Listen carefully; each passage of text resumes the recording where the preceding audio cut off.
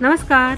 आज आपण शेवग्याच्या पानांची खमंग खुसखुशीत वडी बनवणार आहोत. आपण नेहमी शेवग्याच्या शेंगांची भाजी बनवतो, पण शेवग्याच्या पानांची भाजी सहसा बनवली जात नाही. पण जितक्याच शेवग्याच्या शेंगांमध्ये पौष्टिक गुणधर्म आहेत, तितकेच गुणधर्म पानात सुद्धा आहेत. जर या पद्धतीमध्ये शेवग्याच्या पानांचा वापर करून ही जर वडी बनवली ना, तर लहानांपासून मोठ्यांपर्यंत नक्कीच आवडेल. नक्कीच ही रेसिपी ट्राय करून बघा.